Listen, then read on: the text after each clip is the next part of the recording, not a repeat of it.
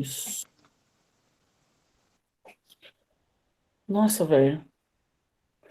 Quando fala que tá gravando, parece a voz da Melly. Certo, Melly? Tá aí ainda? Tá acordada? Oi, tô aqui. O que foi? Não, que falou aqui que tá gravando agora, né? A gente recebe uma mensagem que tá gravando. Aí parece a sua voz. Nossa, não foi eu, não. Não, tudo bem, eu estou falando que é bem parecido. Bom, Ah, acho que o pessoal que. beleza. Todo mundo, todo mundo que saiu já voltou? Vou compartilhar aqui então a tela com vocês. Beleza? Tá aqui. Gente, seguinte então. Tá aqui a nossa aula de gimnosperma, certo? A gente terminou. Agora a gente vai dar continuidade, ok? Só continuando aqui, né? A escala evolutiva que a gente estava trabalhando, né? A sistemática aqui. O que a gente falou também, né? Então, vamos só completar aqui. O que surgiu nas gimnospermas mesmo? Qual característica que surgiu? Surgiram várias, né? Porém, vamos pegar aqui e destacar essa aqui, ó. Semente, né? Então, graças agora à semente, a gente pode levar o embrião para longe da planta mãe, né? O que mais que surgiu? Surgiu aquela estruturinha lá que a gente viu, né? O grão de pólen, tá? Então surgiu também o grão de pólen. E o que mais que surgiu?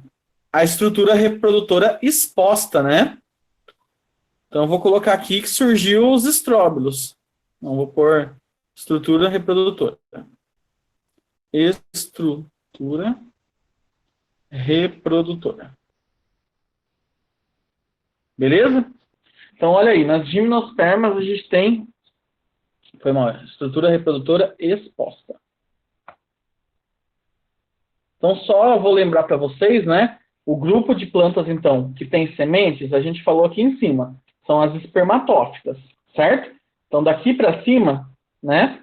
Todo mundo é espermatófita.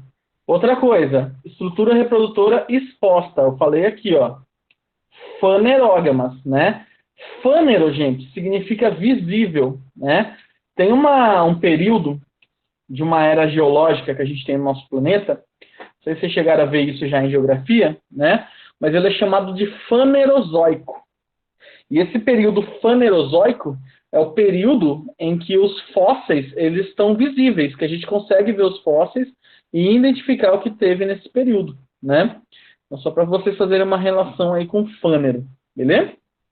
E o que vai surgir agora, gente?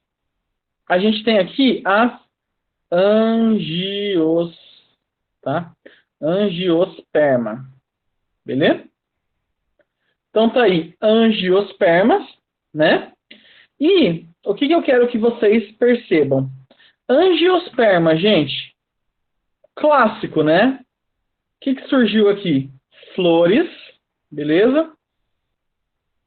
E frutos, tudo bem? Então, flores e frutos surgiram aqui nesse grupo de plantas, né? Pronto, a gente finalizou aqui a nossa escalinha evolutiva, beleza? O que eu preciso que vocês, né, lembrem, então? Essas características que eu circulei aqui com o retângulo. Olha aí.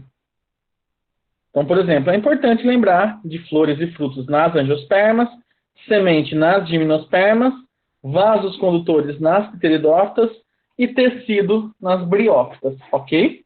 Então, isso é importante lembrar e beleza, a gente fechou aqui, tá certo? Sobre a escala evolutiva dos vegetais, tá de boa? Tá tranquilo? Hein?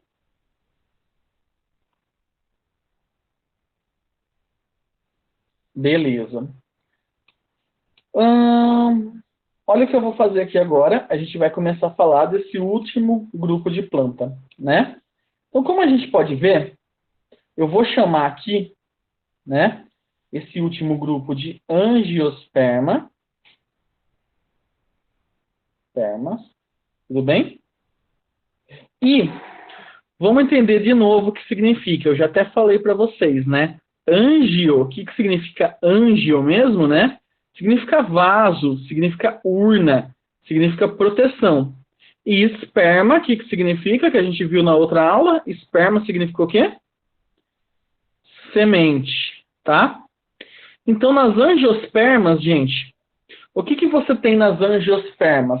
Você tem que a semente, ela fica guardada num vaso, numa urna, numa proteção.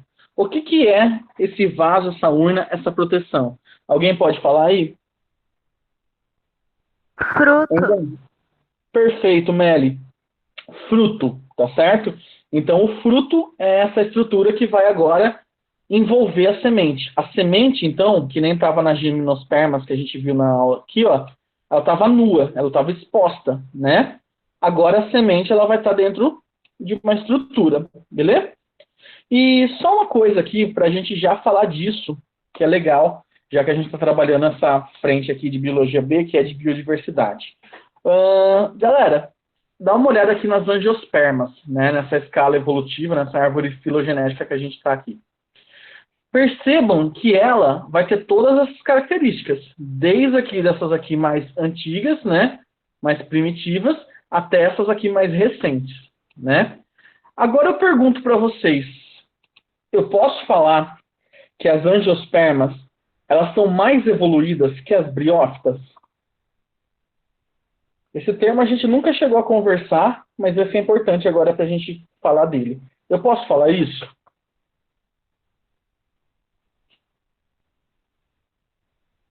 Hein?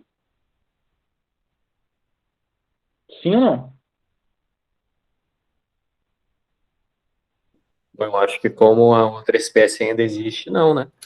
Porque, Boa, Levi. Vai lá, porque pode falar. ainda consegue se adaptar. Perfeito, muito bom. Pessoal, então eu vou trazer para vocês esse conceito, né? Que é bom a gente estar aí para a gente não perder. Quando a gente fala de evolução, tá? A gente estuda aí o desenvolvimento dos seres vivos, ok?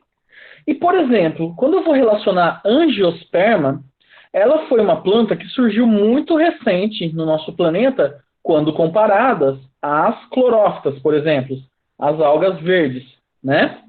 Só que assim, eu não posso falar que as angiospermas elas são mais evoluídas que as briófitas, que elas são mais evoluídas que as gimnospermas. Por que isso, gente? O processo de evolução, ele consiste em você deixar descendentes e esses descendentes sobreviverem, certo? A partir do momento que eu estou falando que uma planta é mais evoluída que a outra, dá a impressão que a outra, então, aconteceu o que com ela? Não sobreviveu a um processo de evolução. Então, ela foi extinta. E não é isso que a gente está falando. A gente não pode usar o termo que um ser vivo é mais evoluído que o outro. Porque se todos os seres vivos, olha aí, seres vivos, tão vivos hoje, né, significa que eles sobreviveram juntos a processos evolutivos, certo? Se eu comparar, por exemplo, um fungo. Gente, o que um fungo faz da vida que a gente já viu? Ele é um decompositor, né? E ele cresce onde tem umidade e nutrientes. Boa, ele vai crescer, ele vai deixar descendentes e vai continuar o ciclo de vida dele, ok? Só que a questão é, ele não precisa mais do que isso. A pouca estrutura que ele tem para sobreviver àquilo, né, já é o suficiente para ele viver nesse mundo hoje, ok? Aí você pega, por exemplo, então, um fungo que é desse jeito e pega um ser humano. O ser humano tem outras complexidades, só que ele gasta muito mais energia para manter essas complexidades, né? Olha outro exemplo, vamos comparar o humano e o inseto, os insetos em gerais, né? Em termos de biologicamente falando, né? Por que a gente está aqui nesse mundo? Para deixar descendentes, certo? Então a gente está aqui para deixar descendentes.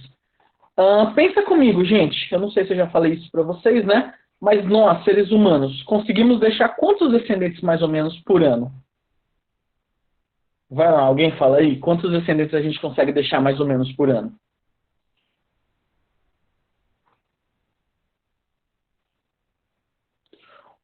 Muito bom, Sabrina. Né? E aí a gente deixa e olha lá ainda, tá certo? Até uns 2 ou um pouco mais em caso de gêmeos. Mas, o que acaba acontecendo? Os insetos, nesse quesito de deixar descendentes, ele deixa muito mais, ele deixa uma ninhada toda. Então, nesse quesito de reprodução, o inseto está deixando mais descendentes por ano do que um ser humano, ou no período que ele vive, né? Só que, em compensação, o ser humano, ele tem o quê? Uma capacidade maior de, sei lá, se aclimatar ao ambiente, né? Então, o que acaba acontecendo? Em outros quesitos, o ser humano tem maior vantagem. Em outros, o inseto. Você vai falar que um é mais evoluído que o outro? Se os dois estão sobrevivendo nesse ambiente que a gente está? Então, isso é muito importante a gente ter na nossa cabeça. Não existe ser vivo mais evoluído que o outro, certo? Eu posso falar que os seres humanos, que as angiospermas, as briófitas atuais que a gente tem, né, todas aí, plantas todas atuais, são mais evoluídos, por exemplo, que os dinossauros? Eu posso falar isso? Hein? Aí eu acho que sim, né? Não? Sim? Perfeito. Posso. Por que isso, gente? Porque os dinossauros, eles não sobreviveram aos processos de evoluções. Eles foram extintos, né? Inclusive, a gente até fala, as aves, a gente vai ver melhor isso em zoologia, mas, né, as aves são os dinossauros atuais. Mas, na verdade, né, aqueles dinossauros que a gente tem a reconstrução óssea, essas coisas, né, eles foram extintos. Então, eles não sobreviveram, certo? Mas eles não são mais seres vivos, né? Em algum outro passado, eles eram organismos vivos. Hoje, não mais. Então, eles não evoluíram. Nós somos mais evoluídos que eles, nós seres humanos. Beleza? Então, olha aí. Agora que a gente finalizou essa escala evolutiva dos vegetais, né? Vamos perceber isso. Se a gente tem vegetais aqui, vivos hoje, né? O que a gente pode relacionar? A gente pode relacionar que eles evoluíram, passaram por processos evolutivos e sobreviveram, tá? Ah, mas se eu não falo mais evoluído, o que eu posso falar, então? Se você não fala mais evoluído, você pode usar dois termos. Você pode falar que é um organismo mais complexo, certo? Mais complexo, tudo bem. Ou mais moderno, certo? Mais recente. Como assim mais moderno, mais recente? Lembra que a gente viu na primeira aula lá, de sistemática e tal, que a gente falou que isso aqui é um ancestral comum, né? Esses nós aqui na árvore são os ancestrais comuns. O que significa isso? Significa que esse indivíduo aqui, né, surgiu bem antes desse aqui. Então, por exemplo, as angiospermas, elas surgiram bem recentes quando comparadas às briófitas. Então, eu posso falar que as angiospermas são mais recentes e as briófitas, é até meio estranho falar isso, mas está certo. Elas são mais primitivas, ou ela tem características mais primitivas, assim. Vamos dizer isso, né? Elas são mais primitivas e as angiospermas são mais recentes. Tudo bem? Conseguiram entender esse conceito? De boa? Se não, gente, alguém fala aí, por favor. Responde no chat. Ok. Sucesso. Bom, dois termos aqui que eu vou trazer para vocês, eu vou trazer como observação, já que a gente terminou essa parte de escala evolutiva aqui, que é o seguinte, pode ser que apareça para vocês, né? Que é o seguinte, um termo é plesiomorfia. O que é uma plesiomorfia? Nossa, que nome zoado, né? Mas, enfim, eu quero que vocês entendam que plesiomorfia é uma característica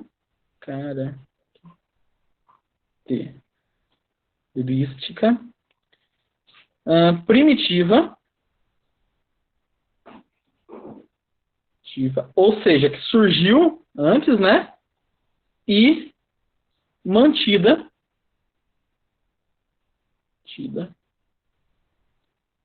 nos descendentes.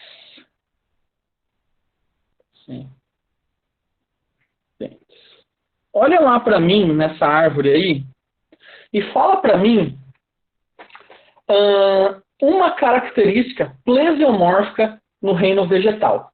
Lembrando que o reino vegetal vai englobar quem? Briófitas, pteridófitas, gimnospermas e angiospermas. Fala para mim uma característica plesiomórfica. do reino vegetal. Uma característica, então, primitiva e mantida nos descendentes. Legal. O Newton, você falou parede celular. Parede celular seria válido se a gente englobasse também as algas, né? Se a gente pegasse um grupo maior. Beleza? Mas está valendo. Você falou uma característica, né? Legal, plesiomórfica. Mas quando eu falo do reino vegetal, o Levi se aproximou mais. Por quê? Lembra que eu falei? Vegetal vai ser quem? Briófita, pteridófita, gimnosperma e angiosperma. Então, uma característica plesiomórfica, né? Então, uma característica primitiva, e que é mantida em todos, são os tecidos, certo? Então, todo mundo aqui no reino vegetal vai ter tecido, esse tecido surgiu em um ancestral, beleza? Isso é uma plesiomorfia, né? Uma característica plesiomórfica. Agora, uma outra que vocês podem achar o nome é apomorfia, certo? Olha, em alguns lugares, especialmente vestibular, ele vai trazer mais ou menos como um sinônimo para apomorfia esse outro nome, sinapomorfia.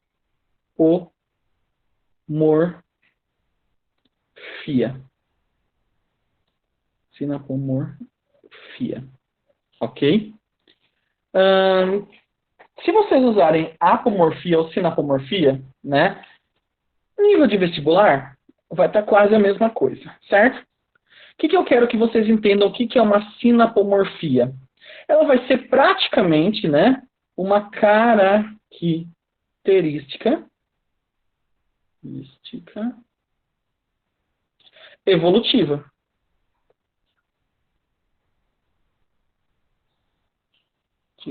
Beleza?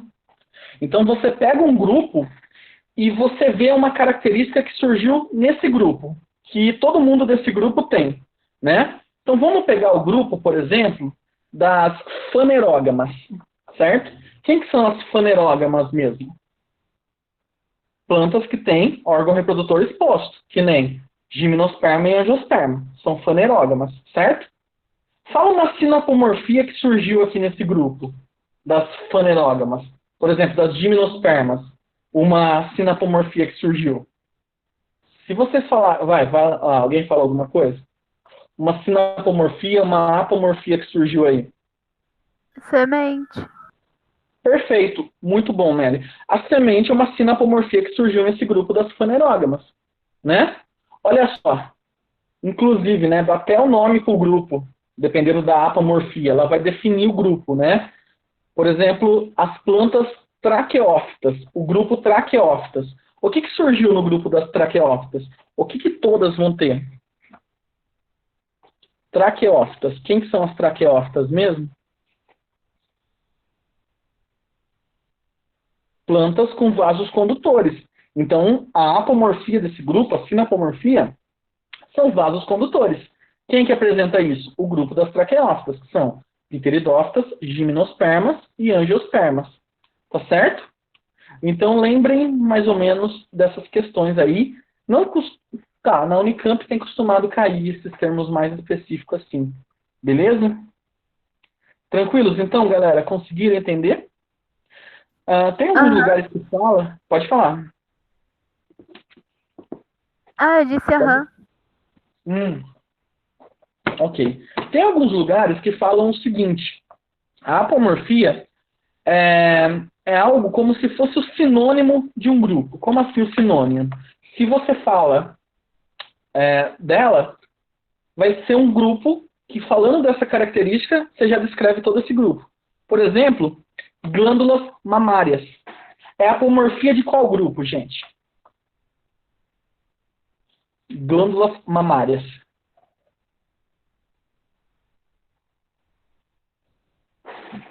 Glândulas mamárias é apomorfia, perfeito, Levi, de mamíferos, né? Então, se eu falar glândulas mamárias e mamíferos, é quase sinônimo, tá certo? Quase, né? Eu vou pôr entre aspas aí, quase sinônimos, ok?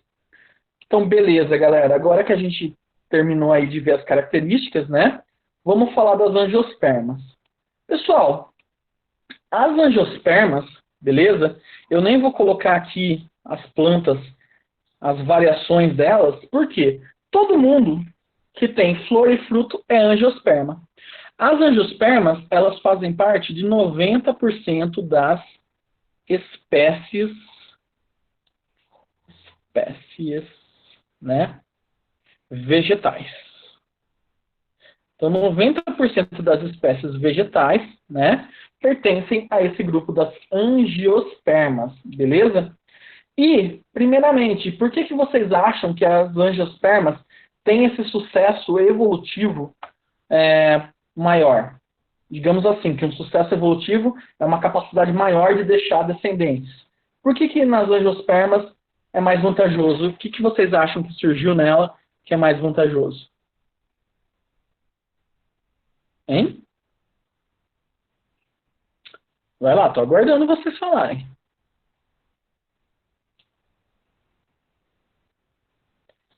Tá aqui, gente.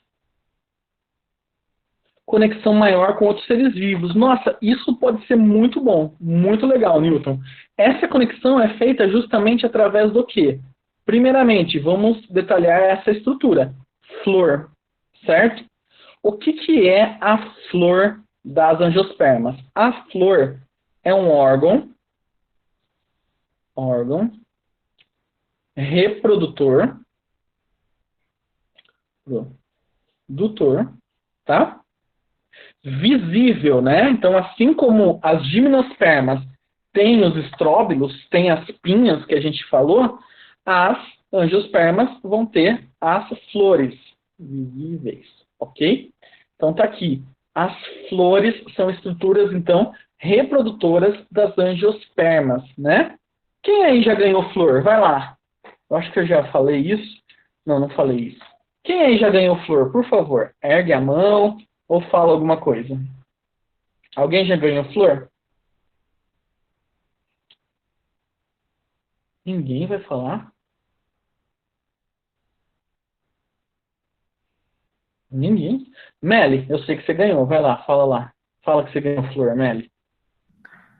Já ganhei, já ganhei. Ah, muito bem. E o que a outra pessoa que deu flor, acredito Levi, né? Que diria depois? Né? Fica aí a dúvida. Por quê, gente?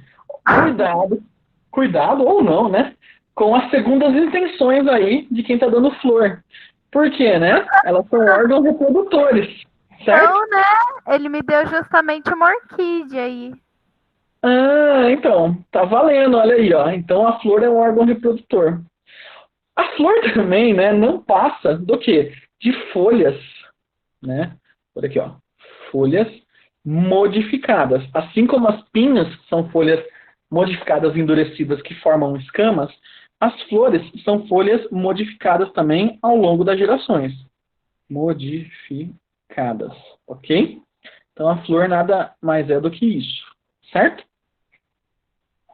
Tá alterando as lembranças? Eu alterando as lembranças? Eu sei lá o que vocês fazem aí. Eu vou colocar aqui para vocês, gente, uma flor genérica, tá? Então vou fazer meio que um desenho de uma flor genérica, certo? O que você tem nessa flor genérica? Vou tentar desenhar aqui de uma forma bonitinha, né? Deixa eu ver aqui. Então, quem quiser vai desenhando aí, ok?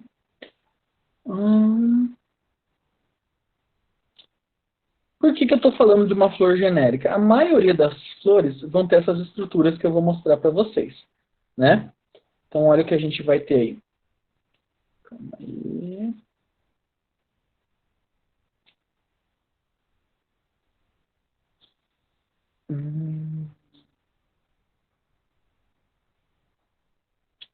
Pronto. Tá aqui uma flor genérica que eu estou desenhando para vocês. Se saiu bonita, não sei. Mas está aqui bem completa e bem bonita. Bonita não, né? Enfim, gente, está aqui uma florzinha. O que a gente tem que entender, então, das florzinhas que a gente tem nas plantas? Primeiramente, ela vai se fixar, né, no galho através de uma estrutura chamada pedúnculo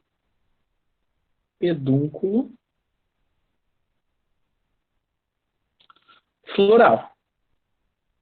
tá? Pedúnculo floral.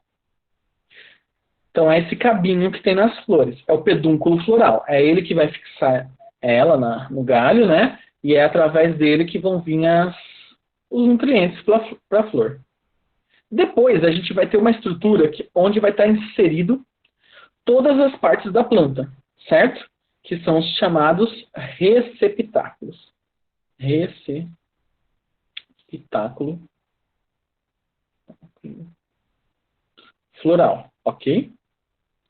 Então tá aí o receptáculo floral, que é a região onde vai estar inserido todas as estruturas das plantas, tá? Depois, o que você tem aqui? Você tem um conjunto de estruturas verdinhas. Não sei se alguém já viu. Essas estruturas verdinhas, eu tenho uma planta aqui de EVA. Eu não fiz ela no curso de pedagogia, tá, gente? Mas eu tenho aqui.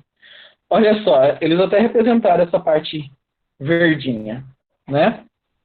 Não sei se vocês viram, tal, na câmera.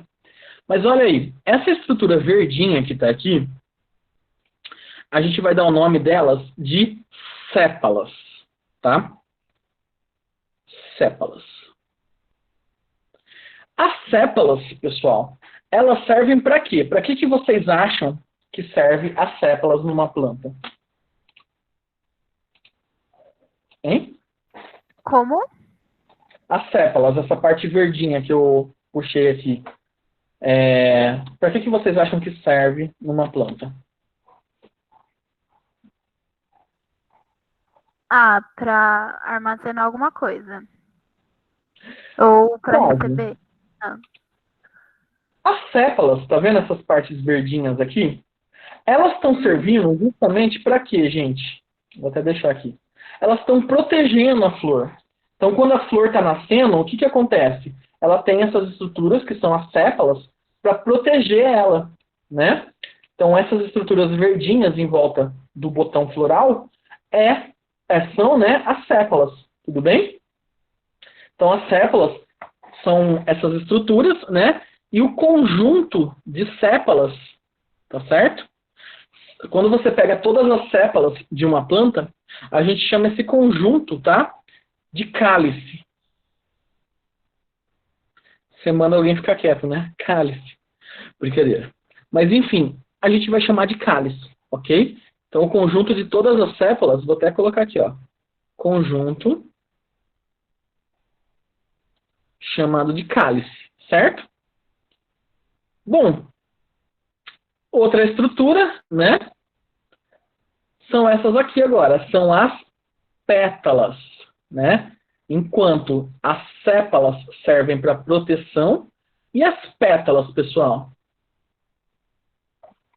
Para que servem as pétalas de uma planta? De uma flor? E aí, alguém consegue dizer? Para que servem as pétalas?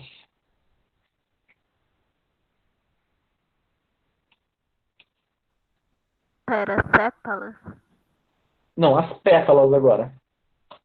Para que servem as pétalas? A Levi já colocou, para atrair. Perfeito, gente. Agora a gente vai falar do seguinte. As angiospermas, olha só o que elas fazem, que nem o Newton falou, né? Interação com os outros seres vivos. Uma das formas delas se interarem com os outros seres vivos é através das pétalas, tá certo? Então as pétalas, elas investem uma energia, as plantas investem uma energia para deixar as pétalas atrativas, a maioria delas, né? Atrativas no sentido do quê? De atrair agentes polinizadores, né? Animais que vão fazer o quê? Vão pegar o pólen de uma flor e levar até a outra, tá? A gente já falou disso de polinização em gimnospermas, mas aqui nas angiospermas vai ser bem maior. Por quê? Por causa dessa atração, esse atrativo que as angiospermas vão ter, né? Então, no caso, um deles são as pétalas, tá? Então, as pétalas, elas podem apresentar odor, pode apresentar a cor, né? A cor vistosa e tudo mais, beleza? Olha o que você tem aqui, então, que o conjunto de pétalas a gente chama de corola, né? Corola significa coroa, tá? E coroa é algo todo ornamental, todo bonito, beleza? Então, por isso que a gente chama o conjunto de pétalas de corola, né? Então, deixa eu por aqui, ó, conjunto. Ok?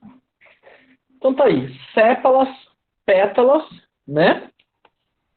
Aí a gente falta essas estruturas agora, que são as estruturas reprodutoras, né? Quais são essas estruturas reprodutoras? Eu vou começar com essa aqui, ó. E aí eu vou ter que desenhar de novo. Qual que é essa estrutura? Essa estrutura, ela é assim mais ou menos, beleza? E olha o que ela tem. A parte de cima dela, a gente vai chamar de antera. E essa haste aqui, né, a gente vai chamar de estame. Não, desculpa. Essa haste, né, a gente chama de filete. Ok? O conjunto, né, tudo, a gente vai chamar de, né, toda essa estrutura, estame. O que que vai ser o estame, pessoal? O estame vai ser a parte masculina da flor. O estame vai ser a parte masculina da flor, ok?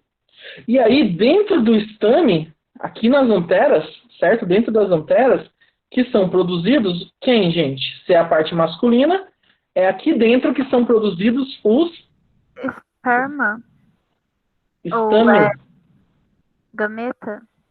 Não. Quem que produz os gametas? Gametófito. Isso, que vão ser os grãos, né? Pólen. Isso. Pólen. Beleza? Então tá aí. Dentro dos estames, então, a gente tem, dentro das anteras, a produção dos grãos de pólen, né? O conjunto, eu vou até colocar aqui, ó. O conjunto de estames, ok? A gente dá o nome, aqui, ó, conjunto. O conjunto de estames, a gente dá o nome de androceu. Então, se você pegar todos os estames de uma planta, você vai ter o androceu dela. Andro, né? Vem de masculino, de homem. Inclusive, androide é em forma de homem, né?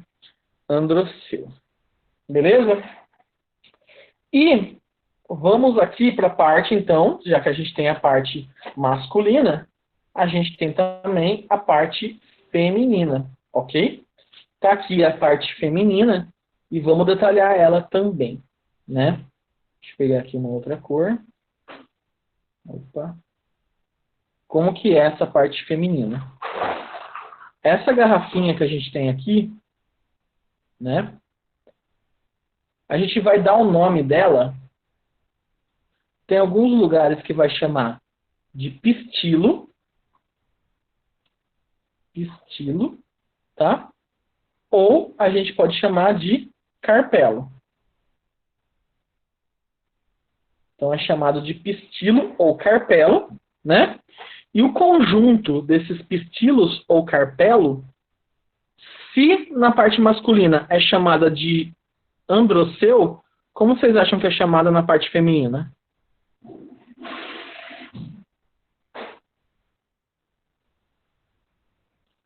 O conjunto é chamado de gineceu. Tá? Gino, né? Não entendi a referência, mas ok. Gine, vem de parte feminina, né? Inclusive, como que chama o médico que cuida, né, da fêmea na espécie humana? Ginecologista. Beleza? Beleza. Olha aí, como que é dividido o carpelo, o pistilo. Ele vai ter uma abertura, chamada de estigma. Estigma. Ele vai ter um canal, certo? Chamado de estilete. Estilete, né? E ele vai ter uma estrutura aqui embaixo, carnosa, chamada de ovário. Então tá aqui o ovário, né, da planta. Lembrando que é o seguinte, dentro ele vai ter uma estrutura chamada óvulo, só que é o que eu falei para vocês, assim como nas gimnospermas, o óvulo é gameta?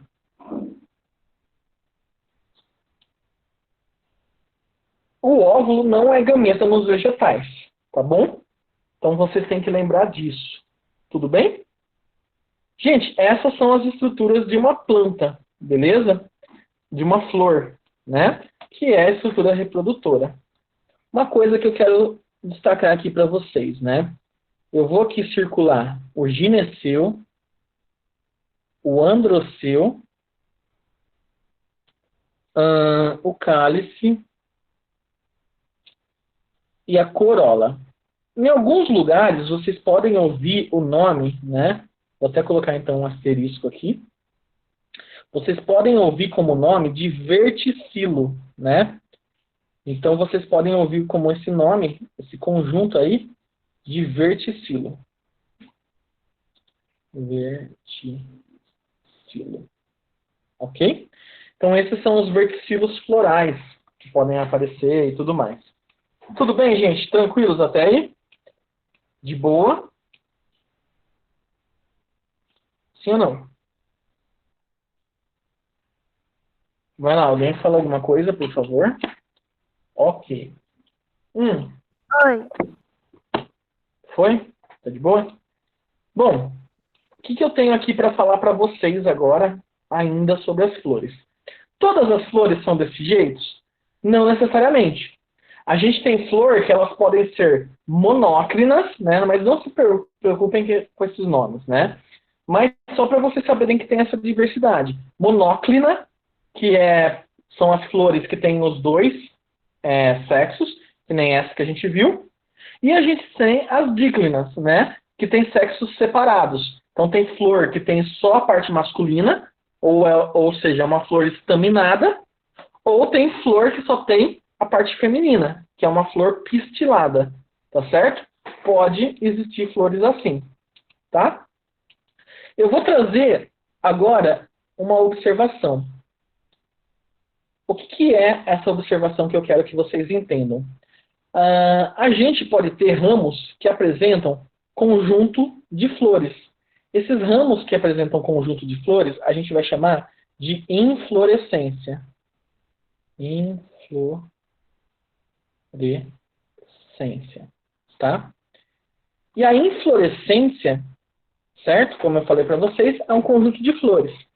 A gente tem três principais. Quais são essas três principais que seriam importantes vocês lembrarem? Quando você tem um ramo que apresenta várias flores, elas podem se organizar dessa forma. Elas podem organizar na forma de cacho, né? Então tá aqui um ramo, e na pontinha desse ramo, eu vou desenhar as flores aqui, né? Sendo essas bolinhas vermelhas. Então essa forma são os cachos. Fala pra mim alguma planta que vocês conhecem que é assim, na forma de cacho.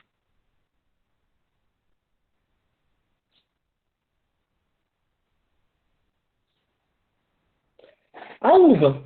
A própria uva, né, ela vem de uma flor assim, né? Segundo, você tem uma que você tem um eixo principal e as flores, elas estão todas posicionadas ao longo desse ramo principal, bem grudadinhas, tá? Essa forma, a gente vai chamar ela de espiga. Então tá aqui uma espiga. Beleza? Quem que é assim, gente? O milho. Tá? Ah, o milho da flor? Sim, a gente vai falar daqui a pouco. E por último, tem uma que é assim. Você tem uma base, tá? E nessa base, o que que acontece? As flores, elas se organizam todas aqui no meio. As flores funcionais. Que elas são pequenininhas. E elas são pequenininhas e elas se organizam todas aqui no meio. Ok? E as flores que ficam mais na região periférica, né, dessa haste, elas têm uma folha, uma pétala. Ok? Essa organização a gente vai chamar de capítulo. Quem que é um exemplo É aqui? uma flor? Oi? É porque é espiga de milho. Sim. O que tem a espiga de milho? Nossa, que estranho. Sim, a espiga de milho, né? Ela é um conjunto de flores, né? Que aí depois que vai dar origem ao milho, que é um fruto. Mas a gente vai falar dele daqui a pouco, Ah, beleza. beleza? Tudo bem, então, gente, com a flor? Olha só, esse capítulo, né? É um exemplo, sabe de quem? Do girassol. O que que é o girassol? Aquela estrutura que a gente vê do girassol, na verdade, ele não é uma flor, né? Então, deixa eu até pegar aqui um girassol, a margarida, né? Eles são isso também, vou por aqui. Girassol. Calma aí. Tá aqui. Olha só o girassol. As flores que tem aqui nessa estrutura, né, que a gente chama de capítulo, as flores que estão mais na borda, elas desenvolvem essas pétalas, tá? As flores que estão mais no meio não desenvolvem, são mais atrofiadas, certo? Só que a fecundação ocorre na onde? A polinização? Nas flores que estão aqui no meio. Então o girassol, na verdade, é um conjunto de flores, né? Ele, sozinho, não é uma flor, ok? Conseguiram entender esse conceito aqui do girassol? Que é um capítulo? Sim ou não? Beleza. Bom, já que a gente está falando de flor, vamos falar sobre polinização. Gente, a polinização, a gente já falou um pouco lá em cima, vamos falar aqui de novo, né? Consiste no que a polinização? É o transporte do grão de pólen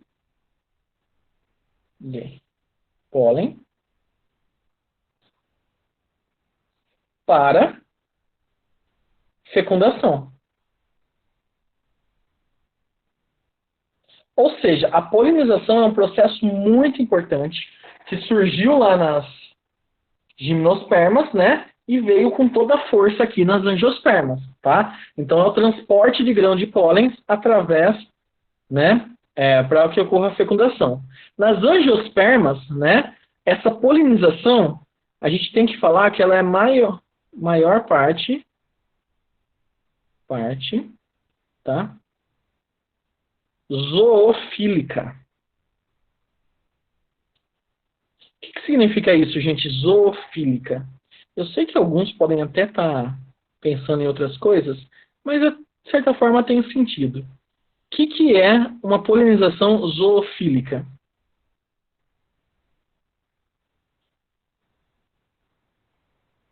É uma polinização feita por quem, gente? Zoo vem do quê, gente? Isso, muito bom, Sabrina. Animais, certo? Então, a polinização zoofílica é uma polinização feita por animais, né? E aqui nas angiospermas, a gente vai ter 3 formas de polinização diferentes que é feita pelos animais. A primeira delas, tá? Eu vou colocar aqui, que é a entomofilia. Entomofilia. Como assim entomofilia? Filia vem do quê? De afinidade, né? De amor, de proximidade, essas coisas. Entomos significa o quê? Alguém já ouviu falar, já assistiu o CSI? Tem um carinha lá que é o entomólogo. O que é o entomólogo? É o cara que trabalha com o quê? A Érica, a coordenadora pedagógica, é uma entomóloga. É uma pessoa que trabalha com insetos. Muito bem. Então, os insetos, eles são atraídos pelas flores. No que eles são atraídos pelas flores, pela cor, pelo cheiro, pelo pólen, né? Eles param numa flor. O que acontece quando eles param numa flor? O grão de pólen, né, dessa flor gruda neles. Aí eles vão em outra flor. Olha que legal o que aconteceu. Eles levaram o grão de pólen, então, de uma flor para outra. Eles estão fazendo o quê? A polinização. E isso é de extrema importância para o mundo em si que a gente está hoje, seja no meio natural ou seja no meio com interferência humana, né? Então, a polinização é de extrema importância. E os insetos fazem isso. Tanto que uma das críticas que a gente tem realmente é, por exemplo, o uso cada vez mais de agrotóxicos tem feito o quê? Tem contaminado plantas e tem matado insetos polinizadores naturais, tá certo? Então isso está sendo um grande problema, um grande desafio para o que a gente tem aí. A entomofilia, eu não sei se vocês lembram, eu falei para vocês das gimnospermas. Como que é a polinização nas gimnospermas mesmo? Alguém lembra? Vai, gente, como que é a polinização nas angiospermas? É, calma, polinização é do pólen. Na gimnosperma. Como que o grão de pólen da gimnosperma, de um pinheiro, sai de um e vai para o outro, de uma pinha e vai para outra? Como que Pelo acontece? vento, pelos Pelo insetos. vento, né? Pelo vento, 98%, né, da polinização, uns 98 aí, é pelo vento. Esses 2% nas gimnospermas é de inseto. Então, alguns insetos fazem também a polinização em gimnosperma, tá bom? Mas a maioria lá é pelo vento, assim como a gente tem polinização nas angiospermas por vento também, mas é muito pouco. A maioria, né? Olha aqui que eu coloquei, maior parte é por animais. Segundo tipo de polinização que a gente tem, né, é um chamado de ornitofilia. Eu já sei que tem alguém pensando, é por ornitorrinco? Quase. Ornitofilia. Alguém já ouviu falar de uma profissão chamada ornitólogo? Ornitólogo? Não. Ornitólogo é o cara que estuda as aves, certo? Então, a polinização por ornitofilia é feita pelas aves, como, por exemplo, o beija-flor. O beija-flor, o que acaba acontecendo com um beija-flor, né? Ele vai em flores que apresentam nectário. O que é um nectário? É uma estrutura responsável por reservar um fluido bem açucarado, né? E ela consegue fazer isso, e com isso ela vai atraindo o quê?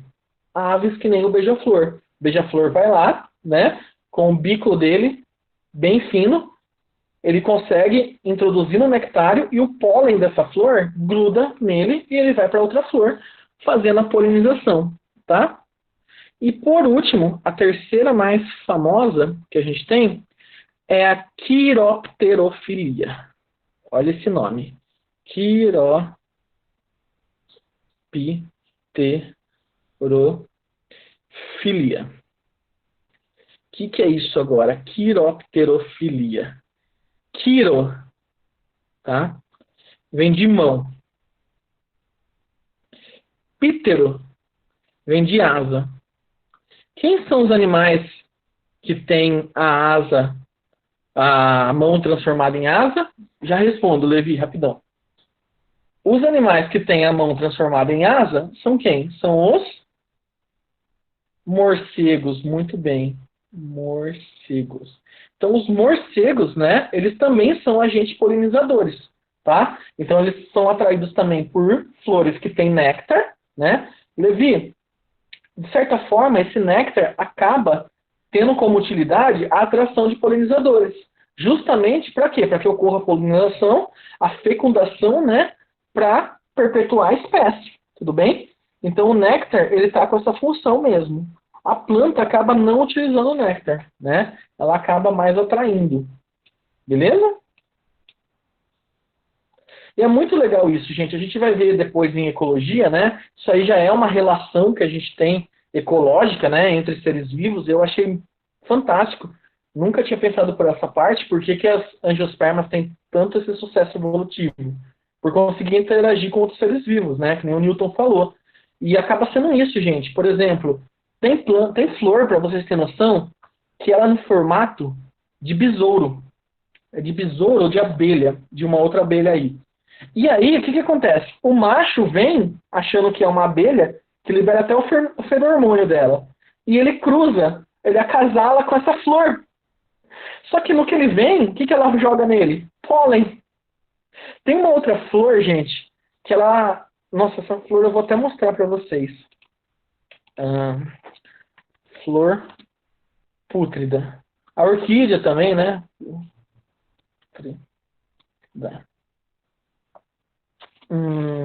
Ela é uma flor que ela manda um cheiro de carniça, de coisa podre. Eu não vou achar aqui para vocês agora.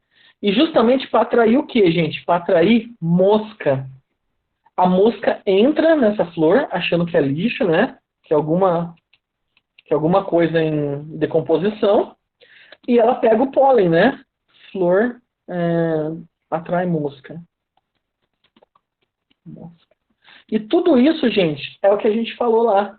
A diversidade, a biodiversidade. Olha aqui. Parece um Pokémon que chama Vileplume. Olha só. É uma flor que acaba atraindo, né, insetos para polinização e tudo mais. Né? O que é importante vocês perceberem, gente? De acordo com as polinizações, né, quem elas vão atraindo, quem elas vão acabar atraindo para ficar, né, para polinizar. Beleza? Então, por exemplo, a flor que atrai o morcego. O morcego é noturno e não enxerga muito bem. Então, o que essas flores que atraem morcego têm de especial, por exemplo? Elas têm o odor forte e não investe muito na cor. Ela é mais esbranquiçada, né? Alguém já ouviu falar da dama da noite? Ou jasmim? Que sai aquele cheiro muito forte? Né? É para atrair morcego. As flores de cacto, que às vezes dá, ela atrai mosca também. Cara, não é para atrair mosca a flor de cacto, né? Mas pode atrair sim. Beleza? Tudo bem, gente? Tranquilos até aí? De boa? Bom, já continuando, né? Eu vou colocar outra observação aqui, na verdade. Eu vou colocar um outro tópico que vai ser o seguinte: evitando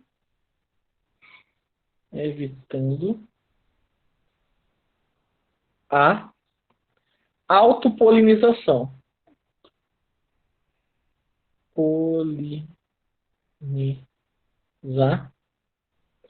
Esqueci de perguntar. Polinização em inglês, pollinization. Muito bom, o Guilherme, o Gui. É capaz de atrair mesmo insetos aí com esse aspecto, né, que são atraídos por cheiro forte. Gente, primeiramente, por que é interessante?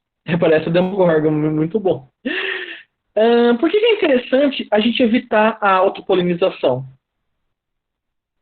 A gente já falou disso, né? Lembra? Por que é interessante? Vai lá.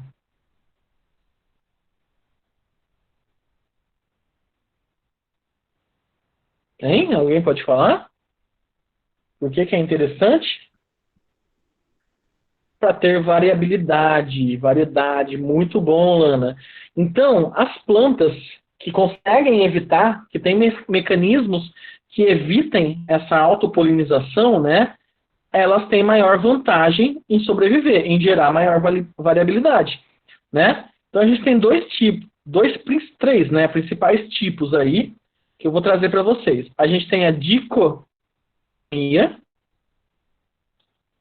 O que é essa dicogamia, né? A dicogamia, a gente pode dizer que é o amadurecimento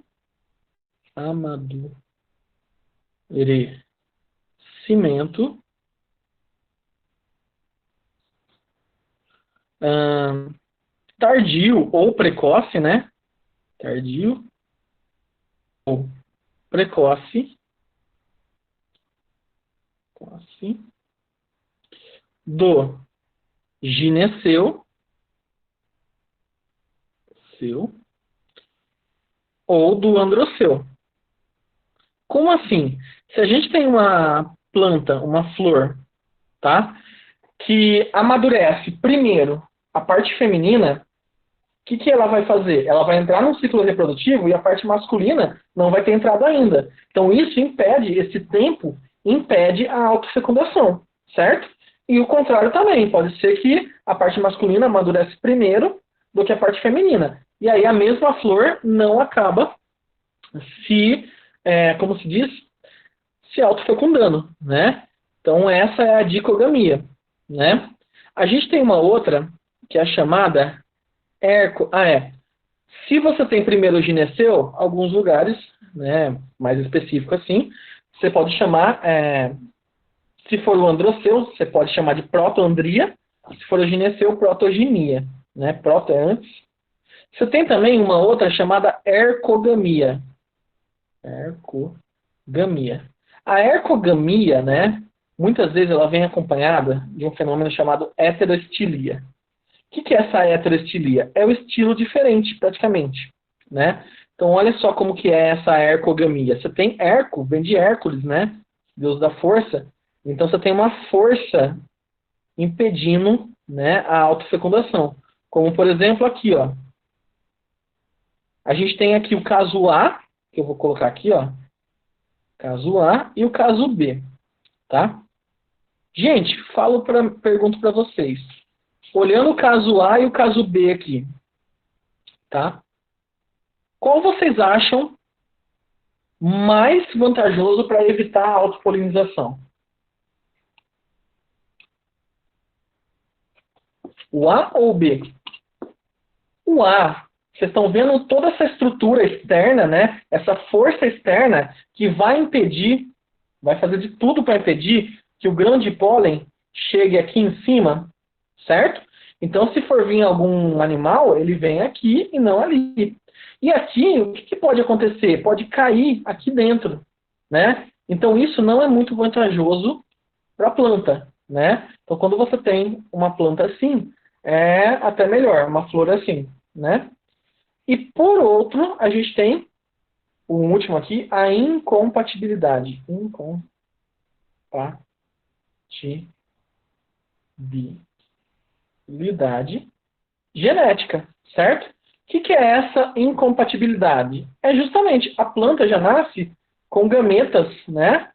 Gametas da mesma flor não compatíveis. Gametas da mesma flor não compatíveis.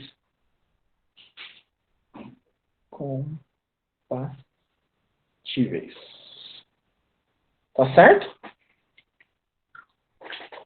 De boa até aí, gente? Tranquilos?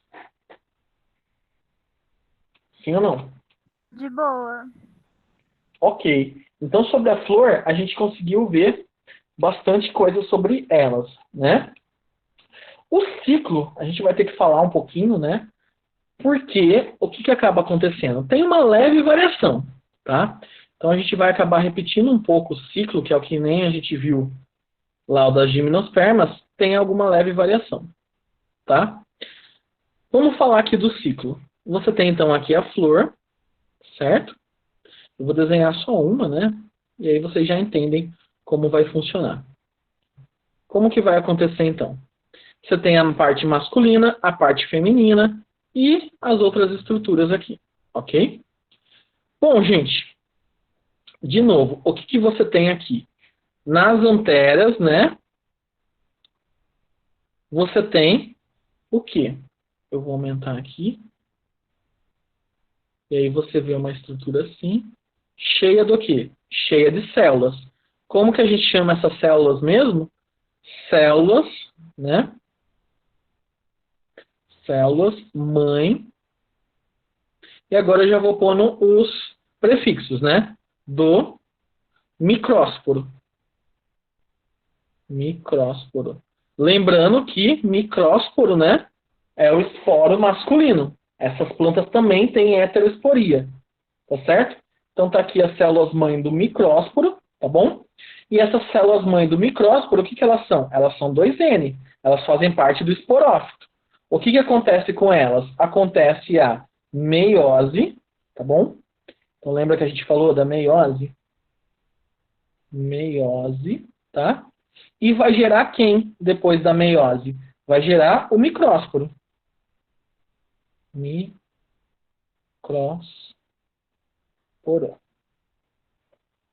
O micrósporo, né, a gente pode até falar que ele é como se fosse o grão de pólen imaturo, né? Então tá aqui o micrósporo, ok?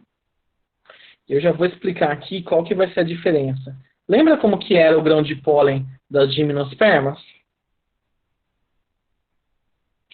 Quem lembra? Olha aqui o micrósporo. São vários micrósporos. Quem lembra como que é os grãos de pólen das gimnospermas?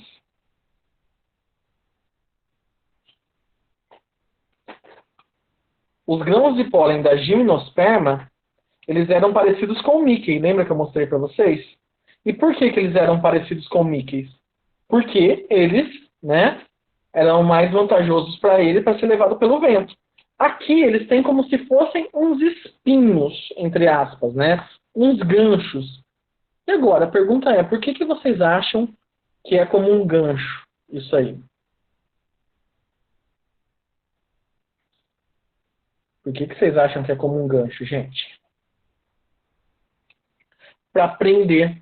Muito bom. Para grudar. É para grudar, né? Uma vez que a polinização nas angiospermas é feita pelo quê? É feita por animais. Então, esses grãos de pólen vão ter esses microganchos aí para grudar no animal que vai aí, ok? Então, o que que acontece? O micrósporo, né? Ele está aqui, imaturo, né? O grão de pólen imaturo, e aí ele vem e vira o gametófito, né? Ou micro gametófito,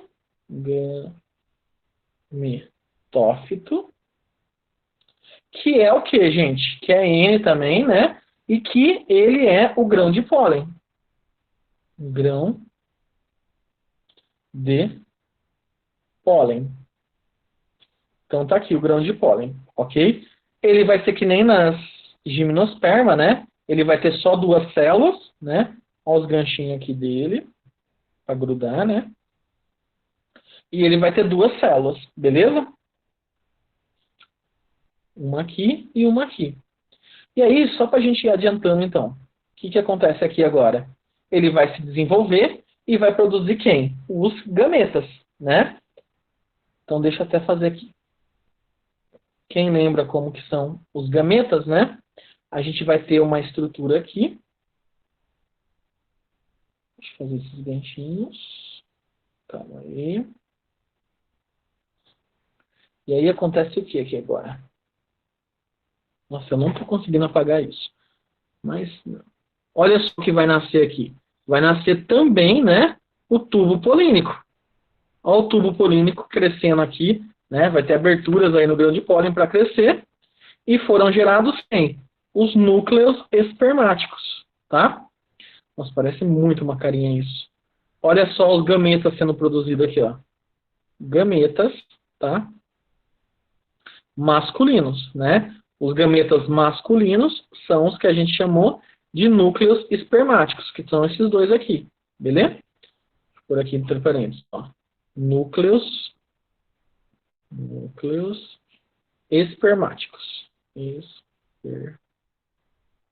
Espermáticos, tá?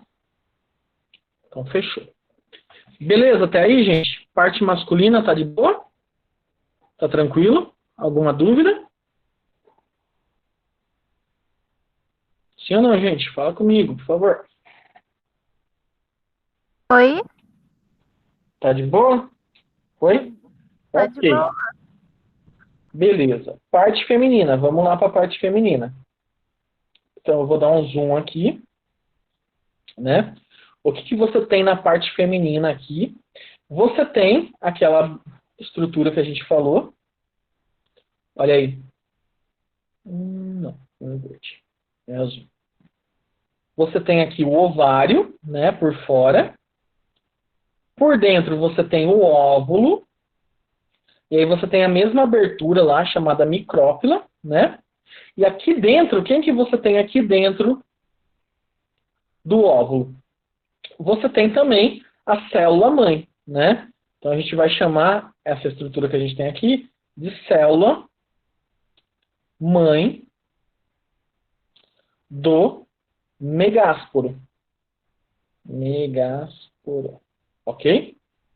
Lembrando que mega é para o feminino e micro é para o masculino. A gente já viu isso. O que que acontece agora, gente, na parte feminina? A mesma coisa que aconteceu na masculina, né? Acontece a meiose. E vale a gente lembrar o que eu falei lá na aula de angiosperma agora cedo. A parte feminina investe no quê? Parte feminina investe no quê, gente? Qualidade. Muito bom, Newton. Então, a parte feminina investe na qualidade, tá certo? Então, vai ocorrer aquela meiose, lembra que a gente falou? E em vez de gerar 4 células, você vai gerar o quê? Uma célula maior zona funcional, tá? Então, vai estar aqui uma célula maior zona funcional e outras menores que vão degenerar, ok? E essa célula maior zona funcional que gerou aqui, a gente vai chamar ela de megásporo funcional. Megásporo funcional. Ok? Ele é N, né? Porque veio da meiose e tudo mais. Agora, galera, o que acontece? Né? A gente está na parte do esporo. Micrósporo, né? E megásporo. Só que o que vai acontecer agora? Agora vai acontecer o processo de germinação. Só que na parte feminina, como que é essa germinação? Gente, aqui vão ocorrer sucessivamente 3 mitoses. 3 mitoses. Conta comigo, gente. 3 mitoses vão dar quantas células? 3 mitoses. Pera, 3 mitoses são 6? 6? Vamos Não. aqui, ó. Uma gera 2. 2 gera 4. E 4 gera quantas? 8. 4 gera 8. 1, 2, 3, 4, 5, 6, 7, 8. Então vão gerar 8 células dentro do megásporo. Megásporo. Certo? Do megásporo. Desculpa, não é megásporo. Do megagametófito. Megagametófito. Tá? Deixa eu fazer aqui. Então tá aqui o ovário, né? Tá aqui o óvulo. E eu vou desenhar as 8 células, tá? Quem vão ser essas 8 células? Você vai ter 3 aqui embaixo. Vão ter 2 no meio. E 3 aqui em cima. Precisa saber o nome delas, né? Muitos lugares chamam esse megagametófito do quê? De saco embrionário, tá? Mas, se vocês colocarem megagametófito, está valendo também. Como que chamam essas células? Essas aqui de cima vão ser chamadas de antípodas. Elas ficam, né, para cima dos pés, antípodas, dos pés, entre aspas, né? Você tem aqui embaixo as chamadas sinérgides. E você tem aqui no meio 2 células chamadas núcleos polares. Núcleos polares. Tá? Por enquanto, gente, é o seguinte. Eu só quero que vocês prestem atenção nos núcleos polares. Tá certo? Por enquanto, fiquem tranquilos. Beleza? Bom, o que vai acontecer agora? Megagametófito vai produzir o quê? Gametas, né? E quem que vai ser os gametas? Esse grão de pólen eu fiz aqui muito grande, né? Então vai complicar um pouquinho. Porque, na verdade, esse grão de pólen não é tão grande assim, né? Mas, enfim. O que eu quero que vocês entendam agora? Olha isso. Você tem aqui o ovário, tá? Lembra que eu falei do estilete? Que é essa parte alongada? É justamente por aí que vai entrar o grão de pólen. Então, o grão de pólen, ele entra pelo estilete, tá certo? Até chegar na onde? Na micrópila. Na abertura que tem aqui. Espera aí que travou minha lousa. Pronto, voltou. Ele entra justamente por onde? Ele entra pela abertura que vai ter ali embaixo. Olha aí. Ele vai entrar aqui, beleza? E no que ele entra, né? Então tá aqui, peraí. Pronto. Não liguem para o meu desenho, por favor, gente. Por favor. Ele vai entrar aqui embaixo. Pronto. E aí tá aqui a abertura, né? A micrópila que a gente falou. Dentro da micrópila tá lá aquelas 3 células, né? Aqui embaixo, as 3 aqui em cima e as 2 aqui no meio, tá? O que vai acontecer agora? Megagametófito produz o megagameta. Quem que é o megagameta? Uma das sinérgides, ela vai se tornar o gameta feminino, que é o chamado de oosfera. Lembra disso? A oosfera, então, ela vai ser quem? Ela vai ser o gameta feminino, ok? Pronto, ocorreu a fecundação, tá? Agora é muito importante, tá ocorrendo aqui a fecundação, né?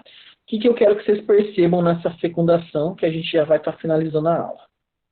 Tá, como sempre, talvez eu precise de mais uns 10 minutos, vocês aguentariam? Eu sei que vocês não aguentam mais eu falar isso, mas beleza. Como que vai ocorrer aqui a fecundação, então? Gente, vai formar o zigoto, né, que ele é 2N. O zigoto vai formar o embrião, que vai estar dentro da semente, que também é 2N. O embrião vai crescer e vai virar um esporófito de novo, que é 2N, tá? Até aí tudo bem. O que eu quero que vocês percebam? Aqui nas angiospermas vai ocorrer um evento exclusivo delas, tá? Então eu vou até escrever aqui qual que vai ser esse evento exclusivo. Nas angiospermas ocorre um fenômeno chamado dupla fecundação. Do inglês?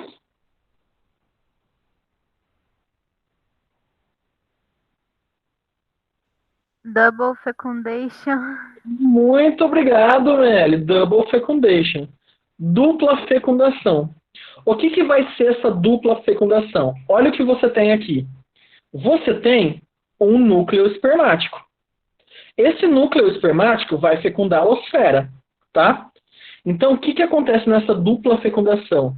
A primeira fecundação vai ser um núcleo espermático mais a osfera,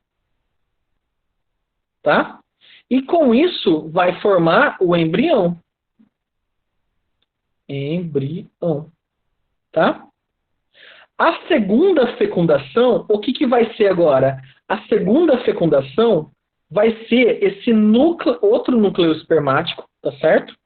Esse segundo núcleo espermático, ele não vai se degenerar, ele vai chegar aqui, pô, a osfera já foi fecundada. O que ele vai fazer? Ele vai juntar com essa galerinha aqui, com esses dois núcleos polares, né? Então, a segunda fecundação é um núcleo espermático mais os 2 núcleos polares.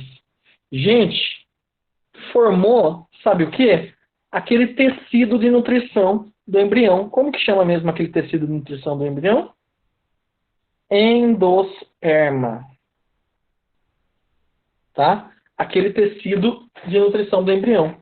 Qual que é a diferença agora? O embrião, você está juntando 2 gametas N. Então, você tem 2N. O endosperma, tá? Ele vai ser o quê? Ele vai ser 3N. Então, ele vai ser um tecido em que as células têm 3 lotes cromossômicos. É triploide, tá? E isso, gente, é exclusivo, tá bom? É exclusivo de angiospermas. Então, só nas angiospermas você vai encontrar o endosperma 3N. Devido ao quê? Devido à dupla fecundação, tá? Que é um núcleo espermático fecunda a osfera e um núcleo, outro núcleo espermático fecunda os núcleos polares aqui, que sobrou dentro do gametófito. Tudo bem? Tranquilos até aí, gente? De boa? Conseguiram entender? Nossa, que ciclo feio. Depois eu arrumo antes de mandar para vocês. Mas conseguiram entender, galera? Sim ou não? De boa? Ok. Na próxima aula a gente vai falar dos frutos, tá certo? E, para a gente finalizar aqui, eu preciso só fazer uns comentários importantes nessa árvore filogenética aqui. Como que eu vou fazer esses comentários? Eu vou começar a usar algumas cores e aí eu vou separar por grupos essas cores. Aí a gente vai começar a entender. Eu vou circular aqui em azul essas duas. Essas duas fazem parte de um grupo, certo? Qual que é o grupo que está em azul? Eu vou até colocar um aqui. O grupo 1, né? Eu posso dizer que é o grupo das criptógamas. O que significa criptógamas? Gente, o que é cripto? Alguém já recebeu uma mensagem criptografada? Alguém sabe o que é uma cripta? Alguém já ouviu falar dessas coisas? Codificada, escondida, perfeito. As criptógamas, ou seja, as briófitas e pteridófitas, elas têm a estrutura reprodutora escondida, tá? Diferente de quem? Diferente dessas duas aqui, ó. Diferente dessas duas, né? Essas duas que eu vou representar aqui como 2, né? São quem, gente, que a gente falou? A gente vai chamar elas de fanerógamas, tá? E também encaixa se a gente chamar elas de espermatófitas. Espermatófitas, né? Porque tanto o gimnosperma como o angiosperma, o que é fanerógama mesmo que eu falei? Tem órgão reprodutor visível. Gimnosperma, a pinha. Angiosperma, a flor. Espermatófitas. Olha aí. Então a gente tem as espermatófitas, certo? Que também produz semente, né? Então, fanerógamas, estrutura reprodutora visível, flor e a pinha. Alguns lugares vai chamar a pinha de flor, mas não, gente, isso é um conceito antigo, tá? A pinha, o estróbilo, ele não é uma flor. A flor é das angiospermas, tá? Deixa eu pegar outra definição aqui que vocês podem ver também. Eu vou chamar aqui um grupo 3. Esse grupo 3, quem que eles vão estar envolvendo, gente? Esses grupos 3, né? Você vai envolver, deixa eu pôr aqui, ó. A gente vai chamar ele de o grupo das plantas traqueófitas. São as que têm vasos condutores? Perfeito. As traqueófitas são as que têm vasos condutores, né? São as também chamadas de plantas vasculares. Então, às vezes, gente, pode aparecer para vocês esses grupos, né? As criptógamas, as fanerógamas, as traqueófitas, né? Ou vasculares, né? Se aparecer avasculares, quem que é a única planta, quem é o único grupo de planta avascular? As briófitas, certo? Tudo bem? Enfim, galera, eu acho que era isso, tá? Muito obrigado. Eu vou mandar a lousa, eu vou mandar os exercícios, né? Boa. É não, né? Avasculares é só as briófitas. E aí, vocês estudam lá em casa, vocês façam os exercícios, né? Tudo bem, gente? Tudo Bom? bem. Perfeito. Então, bom descanso. Amanhã tem aula, não esqueçam. E é isso. Grande abraço, gente. Valeu. Beleza, obrigada. Tchau, Gui. Boa noite. Tchau, tchau. Boa noite. Até mais. Valeu. Até.